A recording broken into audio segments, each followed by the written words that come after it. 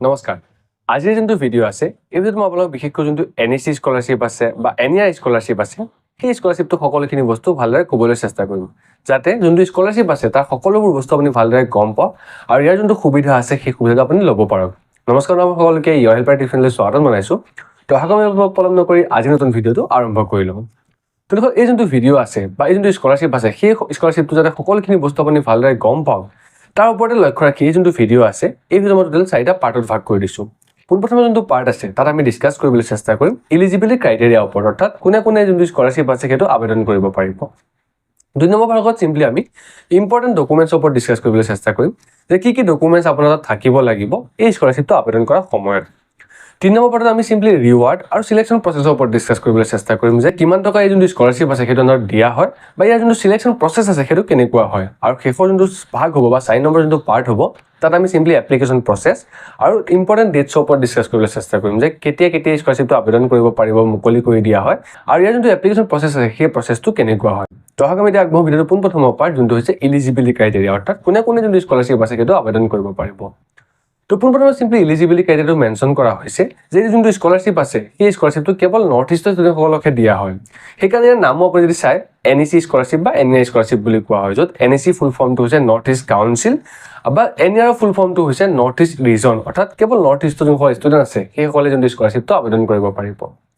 2 নম্বৰতে সিম্পলি এই যোনটো স্কলাৰশ্বিপ আছে সেইটো আবেদন কৰিবলৈ হ'লে আপোনাৰ যোনটো HS অফ পাৰ্চেণ্টেজ আছে সেইটো 60% হ'ব লাগিব অৰ্থাৎ যোনসকল ষ্টুডেণ্টৰ 60% বা তাতকৈ বেছি আছে পাৰ্চেণ্টেজ HS ৰ এক্সামত সেইসকল ষ্টুডেণ্টে যোনটো স্কলাৰশ্বিপ আছে সেইটো আবেদন কৰিব পাৰিব 3 নম্বৰতে সিম্পলি যোনটো স্কলাৰশ্বিপ আছে সেইটো কেৱল ৰেগুলাৰ ষ্টুডেণ্টসকলে এপ্লাই কৰিব পাৰিব অৰ্থাৎ যদি আপুনি ডিষ্টেন্স পঢ়ি গ্ৰেজুৱেশ্যন কৰিম বুলি ভাবি আছে বা কৰিব বিচাৰি আছে তেনেহ'লে আপুনি যোনটো স্কলাৰশ্বিপ আছে সেইটো কাৰণে আবেদন কৰিব নোৱাৰিব কাৰণ ইয়াত মেনশ্যন কৰি দিয়া হৈছে যোনসকল ফুল টাইম ৰেগুলাৰ ষ্টুডেণ্ট হয় সেইসকল ষ্টুডেণ্টে যোনটো স্কলাৰশ্বিপ আছে সেইটো আবেদন কৰিব পাৰিব এলিজিবল হ'ব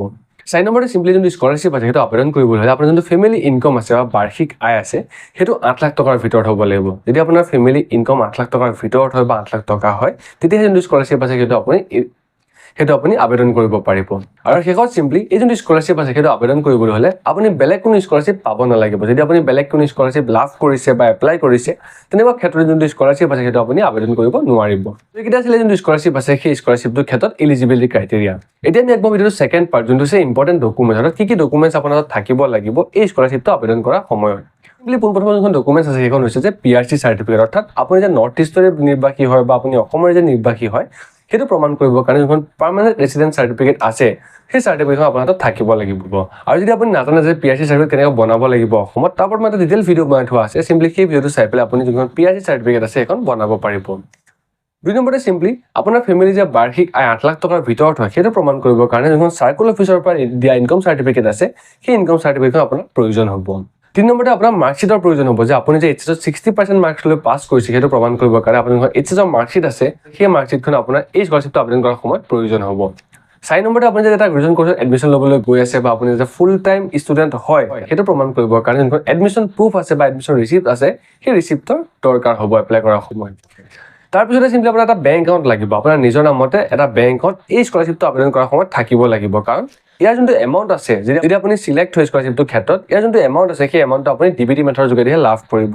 তো DBT মেথডৰ ক্ষেত্ৰত নিজৰ নামত এটা বেংক একাউণ্ট থকাটো মেণ্ডেটৰী হয় তো সিম্পলি এই স্কলাৰশ্বিপটো পাবলৈ হ'লে আপোনাৰ নিজৰ নামত এটা বেংক একাউণ্ট থাকিব লাগিব আৰু এইখিনি এটা কথা কওঁ যে আপুনি যোনটো DBT মেথডৰ কথা মই ক'লো অলৰেডি যদি আপুনি DBT মেথড কি হয় বা কি নাজানে তাৰ ওপৰত মই সম্পূৰ্ণ ভিডিঅ' বনাই থোৱা আছে সেই ভিডিঅ'টো চাই পেলাই যোনটো DBT মেথড আছে তাৰ বিষয়ে ভালদৰে জানিব পাৰিব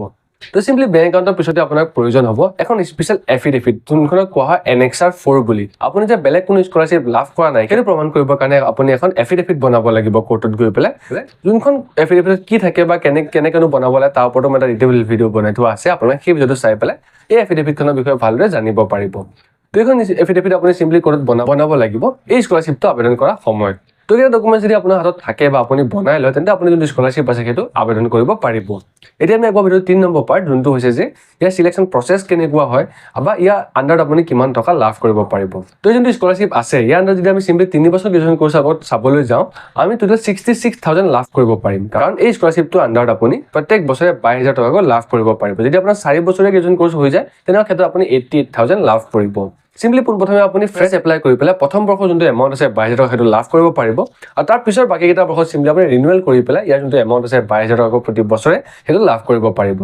আৰু ইয়াৰ যদি আমি সিলেকশ্যন প্ৰচেছৰ কথা ক'বলৈ যাওঁ এইটো সম্পূৰ্ণ মেৰিট বেছড হয় অৰ্থাৎ আপোনাৰ পাৰ্চেণ্টেজ আৰু ফেমিলি কণ্ডিশ্যনৰ ওপৰত ডিপেণ্ড কৰি পেলাই যোনটো স্কলাৰশ্বিপ আছে সেইটো আগবঢ়োৱা হয় আৰু প্ৰত্যেক বছৰে নৰ্থ ইষ্টৰ প্ৰায় 2,000 ষ্টুডেণ্টক এই যোনটো স্কলাৰশ্বিপ আছে সেই স্কলাৰশ্বিপটো প্ৰদান কৰা হয় এতিয়া আমি আগৰ ভিডিঅ'টো শেষ পাৰ্ট যোনটো হৈছে যে এপ্লিকেশ্যন প্ৰচেছ কেনেকুৱা বা ইম্পৰ্টেণ্ট ডেটছ কি যে কেতিয়া যোনটো স্কলাৰশ্বিপ আছে সেইটো আবেদন কৰিব পাৰিব এপ্লিকেশ্যন প্ৰচেছৰ ওপৰত যদি ক'বলৈ যাওঁ এই যোনটো স্কলাৰশ্বিপ আছে সেইটো আপুনি সম্পূৰ্ণ অনলাইন যোগেদি আবেদন কৰিব পাৰিব আপুনি নিজৰ মোবাইলতে হওক লেপটপতে হওক বা এখন নেট কেফেতে হওক গৈ পেলাই অনলাইন যোগেদি যোনটো স্কলাৰশ্বিপ আছে সেইটো আবেদন কৰিব পাৰিব আৰু ইয়াৰ যোনটো আবেদন প্ৰক্ৰিয়া সেইটো প্ৰত্যেক বছৰে জুনৰ লাষ্ট উইক বা জুলাই ফাৰ্ষ্ট উইকৰ পৰা আৰম্ভ হৈ যায় আৰু এটা ভাল সময়সীমা যোনটো স্কলাৰশ্বিপ আছে সেইটো আবেদন কৰাৰ সময়ত দিয়া হয় কাৰণ কিছুমান ইম্পৰ্টেণ্ট ডকুমেণ্টছ যোনটো স্কলাৰশ্বিপ আছে সেইটো ক্ষেত্ৰত আপুনি বনাবলগীয়া যেনেকৈ PRC হৈ যাওক ইনকাম চাৰ্টিফিকেট হৈ যায় যোনকেইখন ডকুমেণ্টছ বনাওঁতে আপোনাৰ সময় লয় তো সেইকাৰণে যোনটো স্কলাৰশ্বিপ আছে সেইটো আবেদন কৰাৰ ক্ষেত্ৰতো বহুত সময় দিয়া হয় প্ৰায় ছেপ্টেম্বৰ অক্টোবৰ মানলৈকে এই স্কলাৰশ্বিপটো আবেদন প্ৰক্ৰিয়া মুকলি কৰি ৰখা হয় যাতে সকলোবিলাক ষ্টুডেণ্টে ভালদৰে যোনটো স্কলাৰশ্বিপ আছে ডকুমেণ্টছখিনি বনাই পেলাই আবেদন কৰিব পাৰে বাকি যোনখন ডকুমেণ্টছৰ কথা ক'লো PRC হৈ যাওক বা স্পেচিয়েল এফিডেভিটখন হৈ যাওক তাৰ ওপৰত মই ডিটেইল ভিডিঅ' বনাই থোৱা আছে বা DBT মেথডৰ ওপৰত ডিটেইল